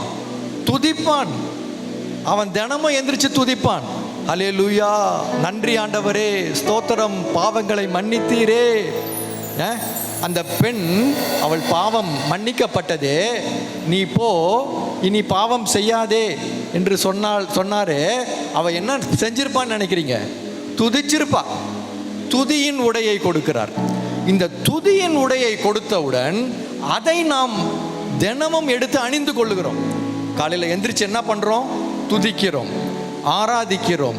அப்படி செய்யும் போது என்ன நடக்குது? துதித்தலே இன்பமும் ஏற்றதுமாய் இருக்கிறது. அவர் துதிகளின் மத்தியில் வாசம் செய்கிறார். அப்ப நம்ம துதிக்கும் போது தேவ பிரசன்னம் வருகிறது. கொஞ்ச நேரத்துக்கு முன்னாடி பாஸ்டர் ஆராதனை நடத்தினாங்கல்ல, ஒரு பிரசன்னம் இருந்ததா? நீங்க ரியலைஸ் பண்ணீங்களா? நான் ரியலைஸ் பண்ணேன். கண்டிப்பா நீங்க ரியலைஸ் பண்ணியிருப்பீங்க. ஏன்னா அது ஏதோ அவர் நல்லா பாடினார்ன்றதுக்காக இல்லை, அவர் தேவ வார்த்தைகளை பேசுகிறார். அப்போ தேவன் மகிமை அடைகிறார். என் பேரை யாரோ கூப்பிடுறாங்களே அப்படின்னு கீழே எட்டி பார்க்குறார். அப்போ அவர் இங்கே பார்க்குறாரு. இந்த மகால் பேர் என்ன? அந்த மகால் எட்டி பார்க்குறார். அப்படியே பார்க்குறார். பார்க்கும்போது இங்கே அவர் மகிமை நம்மை ஆட்கொள்ளுகிறது. அப்போ இந்த மகிமை, இந்த மகிமையின் ஆடையை தினமும் எடுத்து நாம் உடுத்தி கொள்ளுகிறோம். உடுத்தும் போது என்ன ஆகுது? கிறிஸ்துவை எடுத்து உடுத்தி கொண்டது போல. அங்கே தோல் உடை நம்ம தினமும் எடுத்து கிறிஸ்துவையே உடுத்தி கொள்ளுகிறோம். எப்படின்னா, ஒரு சாய தொட்டி இருக்குன்னு வச்சுக்கோங்க. முன்னாடியெல்லாம், இப்போல்லாம் மிஷின் வந்துருச்சு. சாய தொட்டி இருக்கும், தண்ணி இருக்கும், அதில் இண்டிகோ ஊற்றுவாங்க. ஒரு வெள்ளை கலர் துணி இருக்கும். அதை முக்குனா 5 நாள் கழித்து எடுத்தால் ப்ளூ கலராக மாறிடும். முக்கிட்டு உடனே எடுத்தா கலர் மாறாது. ஆனால் அதிலேயே இருந்தா இந்த சாயல் அங்கே ஒட்டிக்குமா? அப்போ கிறிஸ்துவுக்குள்ளேயே இருந்தா என்ன ஆகும்? அவர் சாயல், அவர் சாயம் உங்க மேல ஒட்டுமா? அப்புறம் என்ன ஆகும்? உங்க வாழ்க்கை மாறும். நீங்க வேற மாதிரி பேசுவீங்க, வேற மாதிரி நடந்துக்குவீங்க.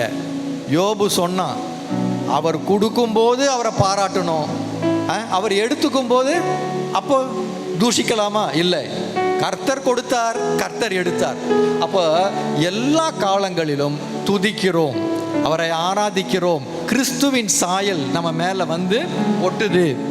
அப்போ இந்த புதிய உடையை ஒவ்வொரு நாளும் போட்டுக்கிறோம். முதல்ல என்ன உடை? தோல் உடை, அதாவது கிறிஸ்துவையே அணிந்து கொள்ளுகிறோம். ரெண்டாவது என்ன உடை? துதியின் உடை. அப்படியே போகும்போது சாத்தான் பார்க்குறான், இந்த வீட்டில் ரொம்ப சவுண்டு ஜாஸ்தியாக இருக்குது, காலையில் கிட்டையே வர முடியலையே, ஒரே அல்லேலுயா அல்லேலுயான்னு சத்தம் கேட்குது. எரிச்சல் அடைகிறான். அந்த அல்லேலுயான்ற சத்தத்தை கேட்டாலே எரிச்சல் அடைகிறான். ஏன்னா அல்லேலுயானா என்ன அர்த்தம் தெரியுமா? ரெண்டு அர்த்தங்கள் உண்டு. ஹலேல் யா என்றால் பிரைஸ் த லார்ட். ஹலேல் யா, யாவே, யாவே ஹலேல், அது ஒரு அர்த்தம். ஹலேல் என்ற எபிரேய வார்த்தைக்கு இன்னொரு அர்த்தம் இருக்கு. டு ஷைன், பிரகாசிக்கப்படுவது. அதாவது தேவன் ஒரு சூரியனை போல, சந்திரன் மேல ஒளி பட்ட உடனே ஒளி வெளிச்சம் கொடுக்குது. அதுதான் இந்த நிலா அந்த சூரியன் ஒளியை பிரதிபலிக்கிறது. அப்ப யார் சூரியன்? இயேசு. யார் சந்திரன்? நம்ம தான். அவர் ஒளி நம்ம மேல பட்டு நம்ம திரும்ப அதை ரிஃப்ளெக்ட் பண்றோம். நம்ம ஒளியை பார்த்து மற்றவர்கள் ஈர்க்கப்படுகிறார்கள். அப்போ உங்க குடும்பத்தில் ஒருத்தர் மட்டும் ரட்சிக்கப்பட்டிருக்கிறாங்க பிரதர், இன்னொருத்தர் ரட்சிக்கப்படலை. அப்போ தொடர்ந்து நீங்கள் ஆராதித்தால், தொடர்ந்து அவர் ஒளி உங்கள் மேல் பட்டால் அது வந்து ரிஃப்ளெக்ட் ஆகாமல் இருக்காது. அவருக்கு எரிச்சல் வரும், அந்த அம்மாவுக்கு எரிச்சல் வரும். ஆனால் எரிச்சல் கொஞ்ச நாள் தான். ஒளி இருளை மேற்கொள்ளும், இருள் என்றைக்குமே ஒளியை மேற்கொள்ள முடியாது. அப்போ இந்த மூணாவது உடை என்னன்னா, அவர் கொடுக்கிறார். என்ன உடை? எபேசியர் 6:11 வாசிங்க. எபேசியர் 6:11. நீங்கள் பிசாசின் தந்திரங்களோடு எதிர்த்து நிற்க பிராணி உள்ளவர்களாகும்படி தேவனுடைய சர்வாயுத வர்க்கத்தை தரித்து கொள்ளுங்கள். தரித்து கொள்றதுன்னா என்ன அர்த்தம்? தரித்து கொள்றதுன்னா பழைய வார்த்தை, ட்ரெஸ்ஸை போட்டுக்கோங்கன்னு அர்த்தம். என்ன ட்ரெஸ்ஸு? தேவனுடைய சர்வாயுத வர்க்கம். அதுக்குள்ள டீட்டெயிலாக போக வேணாம். ஆனால் அது ஒன்றுமே இல்லை, தேவ வார்த்தை. தேவ வார்த்தையை தான் பல வகையிலே விசுவாசம் என்றும் நம்பிக்கை என்றெல்லாம் சொல்லப்பட்டிருக்குது. அப்போ நம்ம என்ன பண்ணுறோம்? முதல்ல நிர்வாணியாக நின்னோம், முதல்ல நம்மளை மறைத்தார். அடுத்து ப்ரைஸ் பண்ண ஆரம்பித்தோம், ப்ரைஸ் ப்ரைஸ். அப்போ என்னாச்சு? கொஞ்சம் வளர்ந்தோம். இப்போ மூணாவது என்ன பண்ணுறோம்? பேச ஆரம்பிக்கிறோம். சாத்தானே, உனக்கு இங்கே இடம் இல்லை, வெளியே போ, இயேசுவின் நாமத்தில் உனக்கு சொல்கிறேன் போ. இப்படி சர்வாயுத வர்க்கத்தை அணிந்து கொள்ளுகிறோம். அந்த சர்வாயுத வர்க்கத்தில் எல்லா ஆயுதங்களும் டிஃபென்ஸு, ஒன்றே ஒன்று தவிர, பட்டயத்தை தவிர எல்லா இடத்துலையும் டிஃபென்ஸு. தலையில் டிஃபென்ஸு, நெஞ்சில் டிஃபென்ஸு, எல்லாம் டிஃபென்ஸ். ஆனால் முதுகில் டிஃபென்ஸ் இல்லை, தெரியுமா? மார்க்கவசம் இருக்கு, தலைக்கு தலை சீராக இருக்குது, முதுகுக்கு ஒன்றும் இல்லை. ஏன் தெரியுமா? ஏன்னா உங்கள் முதுகுக்கு பின்னாடி இன்னொரு பிலிவர் இருக்கிறார், உங்கள் முதுகை பாதுகாக்க இன்னொரு பிலிவர் இருக்கிறார். அப்போ எப்படி இருக்கிறாங்க? ரெண்டு பேர் பின்னாடி பின்னாடி நின்று சண்டை போட்டுட்டு இருக்கிறாங்க. பிசாசோட சண்டை போடுறதுலாம் பெரிய விஷயமே இல்லை. தேவனுக்கு அடங்கி இருந்தால், தேவனுக்கு கீழ்ப்படிந்திருந்தால் அவன் உங்களை விட்டு ஓடி போவான். நீங்கள் எதுவுமே அவனை போய் பிசாசே உன்னை என்ன பண்ணுறான் அதெல்லாம் நீங்கள் சொல்லவே தேவையில்லை. ரொம்ப சிம்பிள், அவருக்கு கீழ்ப்படிஞ்சா போதும். அவருக்கு கீழ்ப்படிஞ்சிட்டீங்கன்னா இயேசுவின் நாமத்திலனாலே அவன் பேரை சொல்கிறதுக்குள்ளே ஓடி போயிடுவான். அப்போ தேவன் கொடுத்த வஸ்திரங்கள் என்ன? தோல் உடை, துதியின் உடை, சர்வாயுத வர்க்கம். இந்த 3 உடையும் இந்த வருஷத்தில் நான் போட்டு நான் வெற்றி எடுக்க போகிறேன். ஆனால் எப்படிங்க இதை பண்ணுறது? நீங்கள் சொல்லிட்டீங்க ஈஸியாக, துதிங்க, ஜெபம் பண்ணுங்க. பட்டு கஷ்டமாக இருக்குதே. காலையில் எந்திரிச்சு உக்காந்தா மார்கழி மாதம் அப்படியே சில்லுன்னு இருக்குது. இன்னும் ஒரு 10 நிமிஷம் தூங்கலாம் அப்படின்னு தானே தோணுது. பைபிள் வாசித்தா ஒன்றும் புரியல, திரும்ப திரும்ப வாசித்து சரி திரும்ப பார்த்துக்கலாம்.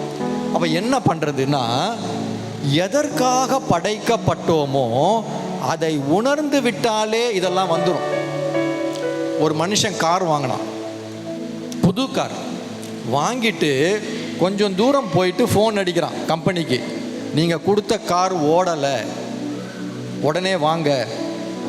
எல்லாரும் வர்றாங்க. என்ன ஆச்சு? புது காருங்க.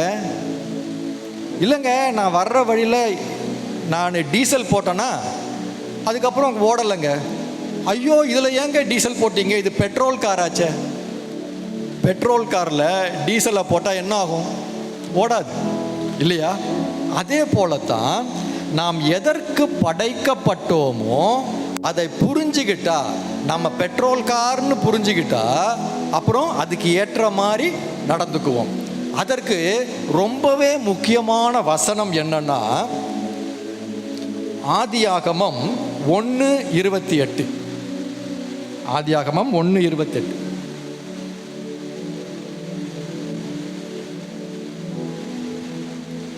இந்த வசனம் எப்படி முடியுதுன்னு பாருங்க. பின்பு தேவன் அவர்களை நோக்கி, நீங்கள் பழுகி பெருகி பூமியை நிரப்பி அதை கீழ்ப்படுத்தி சமுத்திரத்தின் மச்சங்களையும் ஆகாயத்து பறவைகளையும் பூமியின் மேல் நடமாடுகிற சகல ஜீவ ஜந்துக்களையும் ஆண்டு கொள்ளுங்கள் என்று சொல்லி தேவன் அவர்களை ஆசீர்வதித்தார். ஆசீர்வதித்தார்னா என்ன? நீ எப்படி இருக்க வேண்டும், எதற்காக நீ படைக்கப்பட்டாய் என்று சொல்லி ஆக்டிவேட் பண்றார். செல்போன் ஆக்டிவேட் பண்றோம்ல, உங்க பேக் இன்னும் ஆக்டிவேட் ஆகல. ஆக்டிவேட், நீ இதுக்கு தான் படைக்கப்பட்ட, இதை செய். அதுதான் ஆசீர்வாதம். மத்தேயு 25:34 சொல்லுவார், வாருங்கள் என் பிதாவினால் ஆசீர்வதிக்கப்பட்டவர்களே, ரட்சிக்கப்பட்டவர்களே. அவர் ஒரு காரியத்திற்காக கூப்பிட்டாரு, முதல்ல அது இல்லாமல் போயிடுச்சு, திரும்பி அதை கொடுத்து அவர் என்ன சொல்றாரு? இதுதான் ஆசீர்வாதம். ஆசீர்வாதம்னா ரட்சிப்பு. நம்ம நினைக்கிறோம் ஆசீர்வாதம்னா காரு, வீடு, அது ஆசீர்வாதம் அதெல்லாம் வரும். ஆனால் ஆசீர்வாதம் என்றால் ரட்சிப்பு. அப்போ அவர் எப்படி நம்மளை உண்டாக்கினாராம்? கனி கொடுக்கும்படி. பலுகி அப்படின்னா நிறைய பேருக்கு புரியாது. என்ன பலுகின்னா என்ன அர்த்தம்? மனுஷனை படைச்சிட்டு முதல் சொல்ற வார்த்தை பலுகி. பலுகினா கனி கொடு. கனி கொடுத்து பெருகு, பூமியை நிரப்பு, கீழ்ப்படுத்தி ஆண்டுகொள். இதை நான் சிம்பிளா சொல்றேன். கனி கொடுப்பது என்றால் ஆவியின் கனியாகிய அன்பை வெளிப்படுத்து. என்னை அன்பு செய், முழு இருதயத்தோடும் முழு ஆத்மாவோடும் முழு பலத்தோடும் என்னை அன்பு செய். அப்போ நீ அன்பு செய்கிறன்னா இந்த தோட்டத்தை பண்படுத்து. என்னை அன்பு செய்கிறன்னா இந்த தோட்டத்தை காத்துக்கொள். நீ என் அன்பு செய்றியா அப்படின்னா இந்த மரத்தின் கனியை புசிக்காதே. அன்பு செய், அதான் கனி கொடு. அடுத்து நான் கனி கொடுக்குறேங்க, நான் ஆவியின் கனியாகிய அன்பை பிறப்பிக்கிறங்க. அடுத்து பெருகு. பெருகுன்னா என்ன அர்த்தம்? நீ மட்டும் ரட்சிக்கப்பட்டா எப்படி? உலகத்தில் இருக்கிற எல்லாரையும் ரட்சிப்புக்குள்ள கொண்டா. நீங்கள் எருசலேமிலும் யூதேயாவிலும் சமாரியாவிலும் உலகத்தின் கடைசி எல்லா இடங்களுக்கும். இன்னைக்கு எல்லா இடங்களுக்கும் போக முடியுமா? ஈஸியாக முடியும். எப்படி? ஆன்லைன்னு ஒன்று இருக்குது. கொரோனா வந்தாலும் வந்துச்சு, அதுக்கப்புறம் என்னாச்சு, எல்லாரும் Bible study, online Bible study. அப்போது ஆன்லைன் பைபிள் ஸ்டடியில் அமெரிக்காவில் இருக்கிற ஆளும் பார்க்குறான், சைனாவில் இருக்கிற ஆளும் பார்க்குறான். உலகம் முழுவதையும் எல்லாரையும் ரட்சிப்புக்குள்ளே கொண்டா. நீ மட்டும் ரட்சிக்கப்பட்ட, அதுக்கு பேர் ரட்சிப்பு அல்ல. உன்னை ரட்சித்தது எதற்காக? நீ மற்றவர்களையும் ரட்சிப்புக்குள் கொண்டு வர, அதான் பெருகு. மூணாவது, உலகம் முழுசையும் எல்லாரையும் ஆயத்தப்படுத்திட்ட, கீழ்ப்படுத்தி ஆண்டுகொள். எதை கீழ்ப்படுத்த வேண்டும்? பாவத்தை கீழ்ப்படுத்தி ஆண்டுகொள். இல்லை என்றால் அது உன்னை ஆண்டு கொள்ளும். காயின்ட்ட சொல்லுவார், சத்துரு படுத்திருக்கிறான், எங்க வாசல்ல படுத்திருக்கிறான், அவன் ஆசை உன்மேல் இருக்குது. நீ நன்மை செய்தால் அவனை ஆண்டு கொள்வாய், இல்லைன்னா அவன் உன்னை ஆண்டு கொள்வான். நீங்கள் எதை ஆண்டு கொள்ளவில்லையோ அது உங்களை ஆண்டு கொள்ளும். எனக்கு டீ குடிக்காம, ஒரு நாளைக்கு 10 டீ குடிக்காம இருக்க முடியல அப்படின்னா, டீ உங்களை, நீங்கள் போய் சாராயம்லாம் குடிக்கணும்னு அவசியம் இல்லை. டீ நிறைய பேர் அளவுக்கு மீறி டீ குடித்தாலே அது என்னை ஆண்டு கொள்வது. என்ன பிரதர், டீ தானே பிரதர், 10 டீ குடிக்கிறது ஒரு பெரிய பாவமா? அது பாவம் அல்ல, ஆனால் அது உங்களை ஆண்டு கொள்வது இல்லையா? அது ஆண்டு கொண்டால் நீங்கள் அதை ஆண்டு கொள்ளவில்லை இல்லையா? அதான் விஷயம். அப்போ இந்த காரியங்களுக்கு எப்படி கனி கொடுக்க வேண்டும்? First step. எப்படி பெருக வேண்டும்? Second step. எப்படி கீழ்ப்படுத்தி ஆண்டு கொள்ள வேண்டும்? இப்படி மூணாக பார்த்து நம்ம இதை நல்லா புரிஞ்சுக்குவோம். இப்போ நான் சொல்கிறது எல்லாமே ப்ராக்டிக்கல். நான் இது 2025 நியூ இயரில் என்ன உங்களுக்கு தேவ செய்தி கொடுக்கப்பட்டது யாருக்கா ஞாபகம் இருக்கா? பேசினவருக்கே மறந்துருக்கும். இப்போ 2026 அடுத்த வருஷம் கேட்டாலும் ஞாபகம் வச்சுக்கணுன்னா இதை ப்ராக்டிஸ் பண்ணாதான் உண்டு. இப்போ ப்ராக்டிஸ் பண்ணணும்னா 3 காரியங்களை நல்லா ஞாபகம் வச்சுக்கோங்க. ஆதியாகமம் 32 அதில் 28வது வசனத்தை வாசியுங்கள்.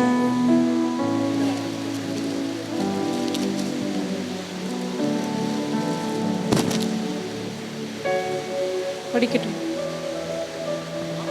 அப்பொழுது அவர், உன் பேர் இனி யாக்கோபு எண்ணப்படாமல் இஸ்ரவேல் எனப்படும், தேவனோடும் மனிதரோடும் போராடி மேற்கொண்டாயே என்றார். தேவனோடு யாக்கோபுக்கு ஒரே போராட்டம். தேவனை விட மாட்டேங்கிறார். என்னை ஆசீர்வதித்தால் ஒழிய விட மாட்டேன், ஆசீர்வதித்தால் ஒழிய விட மாட்டேன். இவன் என்ன ஆசீர்வாதம் கேட்குறான்? நாளைக்கு என் உயிர் போகுது, எங்கள் அண்ணன் என் உயிரை எடுக்க போகிறான், என்னை காப்பாற்றுங்கன்றான். அவர் சொல்கிறாரு, எப்பா இது ஒரு சாதாரண மேட்டர், நான் உன்னை அதுக்கு அழைச்சேன். இவர் வேற விஷயத்துக்காக போராடுறார். இல்லை இல்லை, நீ யாக்கோபு இல்லை, இஸ்ரவேல். நீ பூமிக்குரிய மனிதன் அல்ல, நீ ஆவிக்குரிய மனிதன். கடைசியில் அவனுக்கு புரிய வைக்கிறதுக்கு தொடை சந்த ஒரு தட்டு தட்டி அவனை நொண்ட வச்சு தான் அனுப்புனார். ஒரு பக்கம் சரீரத்தில் பலகீனத்தை கொடுத்து மண்டையில் நல்லா உரைக்கிற மாதிரி பண்ணிட்டார். இப்போ இனி இவன் யாக்கோபு அல்ல, இவன் இனி இஸ்ரவேல். அப்போ நீங்களும் ஆவிக்குரிய காரியங்களை கேட்டு கேட்டு பெற்றுக்கொண்டால் உங்கள் பூமிக்குரிய காரியங்கள் தானாய் நடக்கும். நீங்கள் வீடு வேணும், கார் வேணும், வேலை வேணும், சம்பளம் வேணும், இது எதுவுமே கேட்க தேவையில்லை. தேவராஜ்யத்தையும் அவர் நீதியும் தேடினால் இவைகள் உங்களுக்கு கூட கொடுக்கப்படும். பெரிய காரியத்தை கேளுங்க. பெரிய ஆண்டவர், அவர்கிட்ட போய் சின்னதாக அல்பமாக பணம் வேணும்னு கேட்காதீங்க. அவர்கிட்ட போய், ஆண்டவரே எனக்கு 100 ஆத்மாவை கொடுங்க. எப்படி கேட்கணுமா? 100 ஆத்மாவை கொடுங்க ஆண்டவரே. நான் இந்த உலகத்தில் விட்டு போகிறதுக்கு முன்னாடி 100 பேர்கிட்டையாவது சொல்லணும் சுவிசேஷம். இதுதான் ஆண்டவர் ரொம்ப பிரியப்படுவார். இதுதான் யாக்கோபுக்கும் இஸ்ரவேலுக்கும் உள்ள வித்தியாசம். இதுதான் கனி கொடுப்பது. கனி கொடுப்பது என்றால், போன வருஷம் நான் சம்பளம் 30,000, இப்போ 35,000, அது இல்லை. போன வருஷம் என்னால் 5 பேருக்கு தான் சுவிசேஷம் சொல்ல முடிஞ்சது. இந்த வருஷம் 50 பேருக்கு சொன்னேன். அதுதான் கனி கொடுப்பது. ரெண்டாவது அதே காரியம்தான், பெருகுவது. 1 நாளாகமம் 4:10 உங்கள் எல்லாருக்குமே ரொம்ப நல்லா தெரிஞ்ச ஒரு வசனம். 1 நாளாகமம். யாபேசு இஸ்ரவேலின் தேவனை நோக்கி, தேவரீர் என்னை ஆசீர்வதித்து என் எல்லைகளை பெரிதாக்கி உமது கரம் என்னோடு இருந்து தீங்கு என்னை துக்கப்படுத்தாதபடிக்கு அதற்கு என்னை விலக்கி காத்தருளும் என்று வேண்டிக் கொண்டான். அவன் வேண்டிக் கொண்டதை தேவன் அருளினார். ஏன் வேண்டிக் கொண்டதை தேவன் அருளினார்? 1 யோவான் 4 போட்டிருக்கு, நாம் எதையாகிலும் அவர் சித்தத்தின்படி கேட்டால் அவர் உடனே கொடுப்பாராம். அவர் சித்தம் இல்லாமல் நாம் பல காரியங்களை கேட்டுக்கொண்டிருக்கிறோம், அதனால் அது கிடைக்க மாட்டேங்குது, அதனால் சோர்ந்து போகிறோம். ஆனால் என்ன அவன் கேட்குறான், என் எல்லைகளை பெரிதாக்கும். எல்லையை பெரிதாக்கும்னா எனக்கு 1000 ஸ்கொயர் ஃபீட் இருக்குது, 2000 ஸ்கொயர் ஃபீட் கொடுங்க, அப்படியா? அது அல்ல. எல்லையைன்னா என்னுடைய ரீச், என்னுடைய கெப்பாசிட்டி. ஆண்டவரே எனக்கு வரங்களை தாரும், ஆண்டவரே நான் வரங்களை பிரயோகிக்க வேண்டும், ஆண்டவரே எனக்கு ஜப ஆவியை தாரும், ஆண்டவரே ஆத்தும பாரத்தை தாரும், என் எல்லையை பெரிதாக்கும். நான் வரும்போது நிறைய ஆத்துமாக்களோட வரணும். இதுதான் விஷயம். எவன் இதை பிடிச்சிட்டானோ அவனுக்கு இன்னொன்று கிடச்சிரும். ஒருத்தர் ஃப்ரிட்ஜு வாங்க போனார். எவ்வளோங்க ஃப்ரிட்ஜு? 30,000 ரூபாய். ஸ்டெபிலைசர் எவ்வளோ? 3000. ஸோ 33,000 இல்லையா? ஆனால் அவன் சொல்கிறான், நீங்கள் ஃப்ரிட்ஜை வாங்கினா ஸ்டெபிலைசர் ஃப்ரீ, அது ஆஃபர்.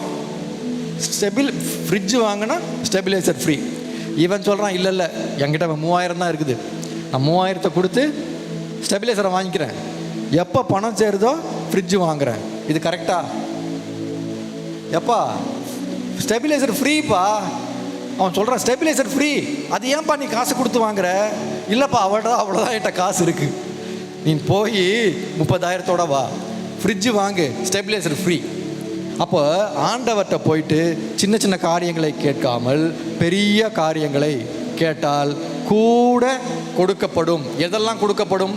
இப்போ நம்ம பேசி முடித்த பிறகு சரீர சுகம், பொருளாதாரம், உறவுகள் மேம்பட வேண்டும், பாவக்கட்டுகள் அறுபட வேண்டும், இதற்கெல்லாம் ஜெபிக்க போகிறோம். யாரும் இங்கேருந்து வெறுங்கையாக போகக்கூடாது. சுகத்தை அள்ளிக்கிட்டு போங்க. பொருளாதார காரியங்களில் உங்களுக்கு வேணுமா, எடுத்துகிட்டு போங்க. ஏன்னா ஆண்டவர் என்ன சொல்கிறாரு, எங்கே சுவிசேஷம் அறிவிக்கப்படுகிறதோ, எங்கே அது விசுவாசிக்கப்படுகிறதோ அங்கே அற்புத அடையாளங்கள் நடக்கும். அப்போ இங்கேருந்து நீங்கள் போகும்போது எதெல்லாம் நீங்கள் சின்ன ஸ்டெபிலைசர் நினச்சிங்களோ அந்த ஸ்டெபிலைசரை கொண்டு போயிடுங்க. அதெல்லாம் நம்ம கவர் பண்ண போகிறோம். கடைசி காரியம், இதுதான் ரொம்ப முக்கியம், கீழ்ப்படுத்தி ஆண்டுகொள். யாக்கோபு 5:13 வாசிக்கலாமா?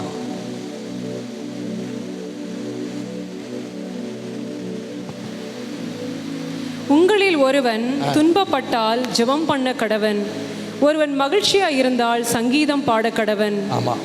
இப்போ பவுலும் சீலாவும் ஒரு சிறைச்சாலையில் அடைக்கப்பட்டிருக்கிறார்கள். அடித்து நிர்வாணப்படுத்தி அவங்கள பொய் குற்றச்சாட்டு வச்சு அவங்கள உள்ளே வச்சிருக்கிறாங்க. அப்போனா துன்பத்தில் இருக்காங்களா, இன்பத்தில் இருக்காங்களா? சொல்லுங்கள். துன்பத்தில் தானே இருக்கிறாங்க. இங்கே வசனம் என்ன சொல்லுது?